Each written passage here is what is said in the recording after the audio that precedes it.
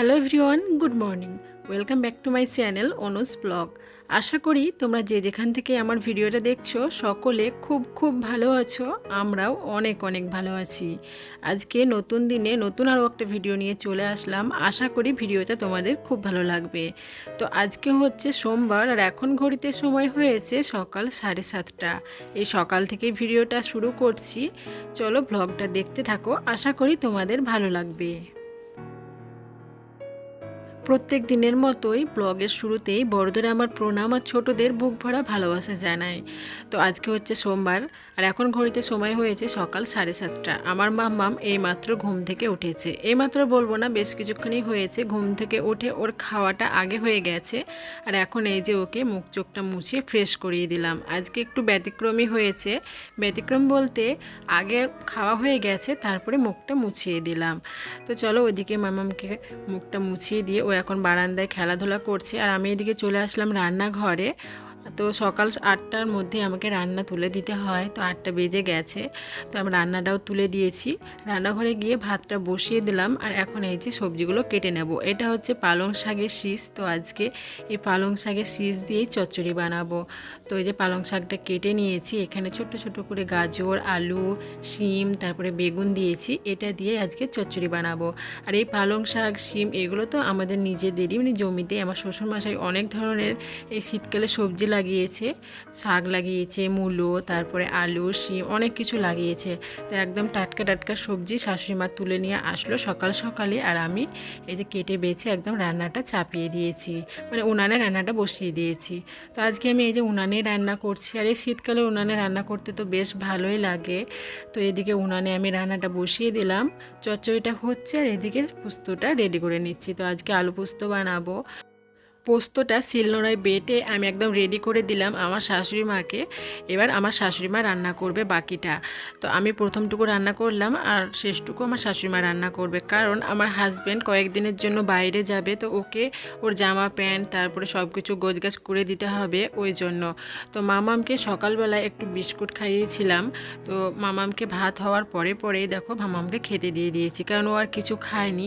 তো ভাতের মধ্যে একটু ঘি লবণ মাখিয়ে দিয়েছি আর একটা ডিমের পোচ করে দিয়েছি। তো মাম্মাম বারান্দায় ভাত খাচ্ছে। এখন আমার মাম্মামকে আর খাইয়ে দিতে হয় না, মাম্মাম খুব সুন্দরভাবে নিজে হাতেই খেতে পারে। এতে জানো তো আমার অনেকটা কিন্তু সুবিধে হয়। ওই যে বাচ্চাকে খাওয়াতে কিন্তু অনেকটা সময় লাগে, তো আমার মাম্মাম একদম অল্প বয়সেই কিন্তু খেতে শিখে গেছে। তো সেই দিকে আমাকে আর ঝামেলা করতে হয় না। অবশ্য মাম্মামের এখন খাওয়া হয়ে গেছে, যে আমি এখন ঘরে এসেছি। তো হাজব্যান্ড ওই যে বললাম কয়েকদিনের জন্য বাইরে যাবে। তো ওর জামা কাপড়গুলো এই যে গোছগাছ করে দিচ্ছি, কারণ সামনে জামা কাপড় থাকবে তবুও কিছু দেখতে পাবে না। এ জোর করে চিৎকার করবে, পূজা এটা দাও ওটা দাও, তার মানে আমি সব কিছু ওকে রেডি করে দিই। ওই ভেবে ওকে সব কিছু আমি রেডি করে দিলাম। তারপরে মাঝখানে বেশ কিছুক্ষণ সময় কেটে গেছে, ভিডিওটার কন্টিনিউ করতে পারিনি। হাজব্যান্ড খাওয়া দাওয়া করে বেরিয়ে গেছে আর আমরাও সবাই খেয়ে নিয়েছি। তো কয়েকটা জামা কাপড় ছিল আমার হাজব্যান্ডের আর মাম্মামের, তো সেইগুলো সার্ফ জলে কেচে এই যে এখন ছাদে আসলাম মেলে দিতে।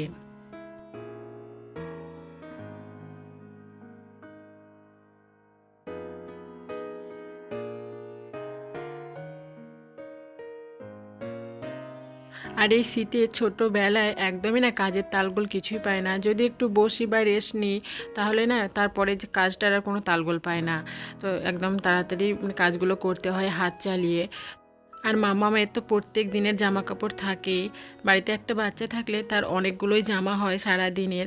তো প্রত্যেক দিনেই কিন্তু আমাকে সার্ফ দিয়ে জামা কাপড় পরিষ্কার করতে হয়, প্রত্যেক দিনেই আমার কাছাকাছি থাকেই। তো একদম আমি রান্না বান্না সেরে খাওয়া দাওয়া সেরে তারপরে জামা কাপড়গুলো পরিষ্কার করি প্রত্যেক দিন। তো জামা কাপড়গুলো আমার মেলে দেওয়া হয়ে গেল। তো ছাদে একটু দাঁড়িয়েছিলাম, তো ভাবলাম এই ফুল গাছগুলোতে একটু জল দিয়ে দিই। আগের দিন জল দেওয়া হয়নি, তো এই গামলাটাই করে জল নিয়ে আসছি ট্যাঙ্কি থেকে আর সব গাছগুলোতে একটু জল দিয়ে দিলাম। তো এই গাছগুলো আজ 1 সপ্তাহ মতো হয়েছে নেওয়া, আমাদের গ্রামে একজন বিক্রি করতে এসেছিল। তো গাছগুলো দেখো বেশ সুন্দর হয়েছে, সব থেকে ভালো এই গাঁদা গাছটা ভালো হয়েছে। আর এই যে এই গোলাপ গাছটা একদমই কিন্তু পাতাগুলো ঝরে যাচ্ছে, আমার মনে হয় পাতাগুলো ঝরে গিয়ে আবার নতুন পাতা গজাবে, তারপরে ফুলটা ভালো হবে। তারপরে নিচে নেমে আসলাম, আর এই যে একটার পরে একটা কাজ লেগেই আছে। এবার আমার মাম্মামকে স্নান করাবো। এখন ঘড়িতে 11:30 বেজে গেছে। তো মাম্মামকে এই টাইমে আমি স্নান করাই। তো আঙিনার মধ্যে একটা আসন পেতেছি, সেখানে মাম্মামকে বসিয়ে এই যে সর্ষের তেল মাখিয়ে আজকে স্নান করাবো। আজকে আর মাম্মামকে সাবান শ্যাম্পু কিছুই করাবো না, আজকে মাম্মামকে এই সর্ষের তেল মাখিয়ে স্নান করাবো। তো মাম্মামকে এখন তেলটা ভালোভাবে মালিশ করে দিচ্ছি পুরো গায়ে। তো দেখো মাম্মামকে স্নান করানো হয়ে গেছে। আর আমার মাম্মাম স্নান করতে কিন্তু একদমই দুষ্টুমি করবে না। যখন এই পুরো শরীরটা যখন গামছা দিয়ে মুছিয়ে দেব, তখন মাম্মামকে একটু কান্না করতেই হবে। মানে স্নানটা খুব ভালোভাবে করে নেবে, কিন্তু যখন গাটা মুছিয়ে দেব তখন মাম্মাম কান্না করবে। মানে ওকে তখন আমার মনে হয় তখন ওকে বিরক্ত লাগে। তো দেখো এই যে মাথাটা মুছিয়ে দিচ্ছিলাম আর যে কান্না শুরু করে দিল, আর এখন আমার কাছে উঠে আসছে। এখন একটু যে ফ্রেশ করিয়ে দেবো, মুখে একটু ক্রিম মাখিয়ে দেবো, তো শুধু এখন কান্নাই করে। এটা মাম্মামকে প্রত্যেক দিনেই করতে হয়, এই গাটা মোছার সময় কান্না করে। তো মাম্মামকে এখন মাথাটা আছড়ে দিয়ে মুখে একটু ক্রিম মাখিয়ে দেবো।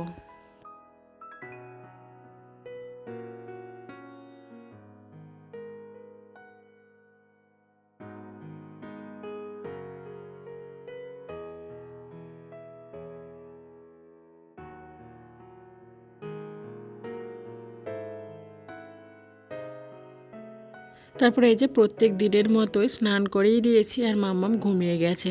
প্রত্যেক দিন এই টাইমে মাম্মামকে স্নান করার পর ঘুমোতেই হবে। তো মাম্মাম ঘুমিয়ে গেল, ওকে খাটে শুয়ে দিয়ে আসলাম। ভাবলাম বারান্দায় রোদের মধ্যে ঘুম পাড়াবো। তো আজকে রোদের তেজটা বেশ ভালোই আছে, রোদে গরম লাগবে, ওই জন্য আজকে মাম্মামকে ঘরের ভেতরে খাটের ওপরে শুয়ে দিলাম, আর মশারিটাও খাটিয়ে দিলাম। তো মাম্মাম এখন ঘুমোচ্ছে, আর আমি এদিকে আমার কাজগুলো সেরে নিচ্ছি। তারপরে চলে আসলাম রান্নাঘরে, ভাবলাম আজকে ফ্রিজটা পরিষ্কার করি। আমাদের ফ্রিজটা রান্নাঘরে থাকার কারণে ফ্রিজটা খুব ঘন ঘনই পরিষ্কার করতে হয়, কারণ রান্নাঘরে রান্না করি আর রান্নার সেই তেল চিটেগুলো সব ফ্রিজে লেগেই যায়। তো খুব ঘন ঘন পরিষ্কার করতে হয়, আর ওপরটা তেল চিটে হয়ে যায়। যেহেতু রান্নাঘরে কিচেন চিমনি নেই, চিমনি থাকলে কিন্তু এগুলো হয় না, মানে তেল চিটে হয় না। আর বাইরে যে ফ্রিজটা রাখবো তারও কোনো উপায় নেই, কারণ কারেন্টের পয়েন্ট নেই। এই রান্নাঘরে ফ্রিজ রাখার পয়েন্ট করা আছে, তো বাধ্য হয়ে এই রান্নাঘরে রাখতে হয়। আর খুব ঘন ঘনই ফ্রিজটা পরিষ্কার করতে হয়। তো প্রথমে আমি ফ্রিজটার ভেতরটা পরিষ্কার করে নিলাম, তারপরে ওপরটা পরিষ্কার করে নিলাম। আর ভেতরের এই ট্রেগুলো বাইরে ট্যাপ তলাতে, মানে যেখানে আমাদের কলঘর, সেখানে গিয়ে আমি ভালোভাবে ওয়াশ করে নিলাম। আর এখন এই যে লাগিয়ে দিলাম। তো ফ্রিজটা আমার পরিষ্কার করা হয়ে গেছে।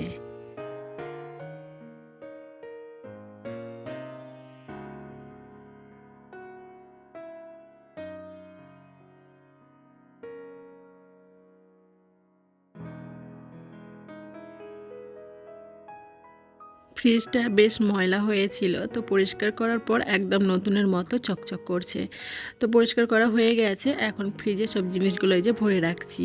তো এগুলোতে মাছ আছে, আর এখন শীতকালে ফ্রিজে তেমন কিছুই থাকে না, শাক সবজি তো থাকেই না, শুধু এই ফ্রিজে মাছটাই রাখি এই শীতকালে।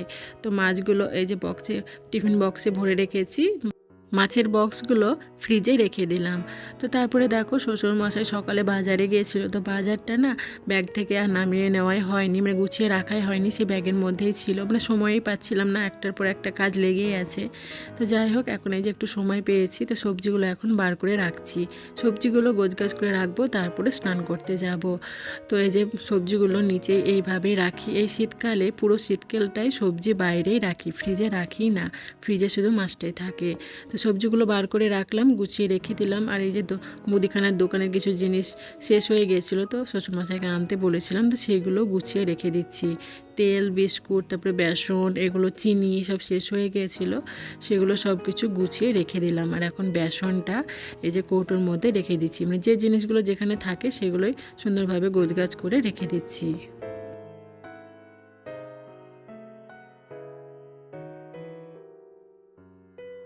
তো একটার পর একটা কাজ সেরে নিচ্ছি, আর সব কাজ সেরে তারপরে যাব স্নান করতে। রান্নাঘরে যখন ফ্রিজটা পরিষ্কার করলাম, তখন ভাবলাম যে এই মিটকেসটাও একটু পরিষ্কার করে নিই। তো ওপরে এই যে একটা আলতো হাতে একটু উপরটা পরিষ্কার করে নিচ্ছি, সেরকম ময়লা হয়নি, একটু ওই আলতো হাতে পরিষ্কার করে নিলাম। তো পুরো রান্নাঘরটায় এই যে দেখো পরিষ্কার করা হয়ে গেছে। তো এটা হচ্ছে তার পরের দিন সকালবেলার ভিডিও। সকলকে জানাই শুভ সকাল। তো আমার শাশুড়ি মা সকাল সকালই আজকে পিঠে বানাচ্ছে। আর আজকে আমার শাশুড়ি মা পিঠে বানাচ্ছে ভাপের পিঠে। এটাকে আমরা এদিকে ভাপের পিঠেই বলি। তো এই যে গ্যাসে কলসির মধ্যে কিন্তু এই পিঠেটা বানাচ্ছে। আর জানো তো এই পিঠেটা কিন্তু আমি আগে কখনোই খাইনি। আমার এই শ্বশুরবাড়িতে এসেছি, তারপরে কিন্তু পিঠেটা খেয়েছি। মানে বিয়ে হওয়ার পর শ্বশুরবাড়ি এসেছি, আর শ্বশুরবাড়িতেই কিন্তু এই পিঠেটা খাচ্ছি। আর আমার মাদের ওইদিকে এই পিঠেগুলো করে না, আর আমি কোনো দিনও খাইনি। তো আজকে আমার শাশুড়িমা সকাল সকালে পিঠে বানাচ্ছে, কারণ আমি যাব মায়ের বাড়ি আর এই পিঠেগুলো নিয়ে যাব। কারণ আমার মা বাবা এই পিঠেগুলো কোনো দিন খায়নি, আমার বোন কোনো দিন খায়নি, কারণ এই পিঠেগুলো করতেই জানে না যে কিভাবে বানাতে হয়। তো আমার শাশুড়িমা বানিয়ে দিচ্ছে, তো এগুলো আমি নিয়ে যাব মায়ের বাড়ি। সেই জন্য শাশুড়িমা সকাল সকালে এই পিঠেগুলো বানাতে শুরু করে দিয়েছে। তো এই যে দেখো এইভাবে কিন্তু এই পিঠেগুলো বানায়, এগুলো ভাপের মধ্যে হয়। তো এই যে বাটিতে চাল গুঁড়ি নিয়েছি, তার মাঝখানে কিন্তু গুড় ভরা আছে, মানে ভিড়ে দিয়ে এই যে বাটিটা এইভাবে তুলে নিয়ে এবার কাপড় দিয়ে ঢাকা দিয়ে দেবে। এই ভাপের মধ্যেই কিন্তু এই পিঠেটা হয়ে যাবে। তবে কিন্তু এই পিঠেটা একদম গরম গরম খেতে ভালো, একটু ঠান্ডা হয়ে গেলে কিন্তু আর একটুও স্বাদ লাগে না। আর গরম গরম খেতে খুব ভালো লাগে এই পিঠেটা। আর এই পিঠেটা খুব নরম হয়, একদম স্পঞ্জের মতো, এত নরম হয়, মানে কেক যেরকম হয় খুব নরম সেরকমটা হয়। আর খেতেও খুব ভালো লাগে। তো এই যে দেখো, হাজব্যান্ড থাকলে সকালবেলায় ভাত বসিয়ে দিতাম, যেহেতু হাজব্যান্ড নেই, বাইরে গেছে কর্মসূত্রে, সেই জন্য আজকে আর সকালবেলায় রান্না করলাম না। আজকে এই যে পিঠে বানাচ্ছে শাশুড়ি মা, সবাই এই পিঠেই খাবো, আর কিছুটা পিঠে আমি মায়ের বাড়ি নিয়ে যাব। তো দেখো ফাইনালি বেরিয়ে গেছি, সকাল সকালে একদম বেরিয়ে গেছি। তো আমি যাচ্ছি টোটোতে, মাম্মাম আর আমি দুজনে যাচ্ছি।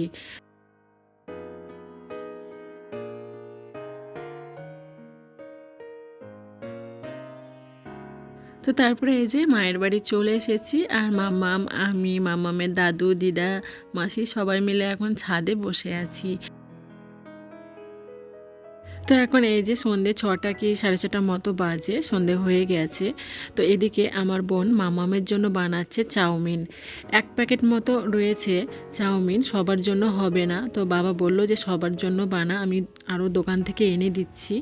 তো বাবা ওদিকে আনতে গেছে চাউমিন। তো এখন লঙ্কা ছাড়া শুধু প্রথমে মামামের জন্য বানিয়ে দিচ্ছি। তো আমার বোন চাউমিনটা রান্না করছে। তো এদিকে দেখো মামাম তার দাদুর কোলে বসে এখন ফোন দেখছে। বাবা একটু ফোনে এটা ওটা দেখছে, তো দাদুর কোলে বসে এই যে কার্টুন দেখছে। তো মাম্মাম সেরকম কার্টুন দেখে না, তবে একটু একটু চালিয়ে দেখলে কিন্তু দেখে। প্রত্যেকটা বাচ্চাই কিন্তু কার্টুন দেখতে পেলে আর কিছু চায় না। তো আমার মাম্মামও সেরকম নেশা নেই, কিন্তু একটু একটু যদি চালিয়ে দিই তো বসে বসে দেখে।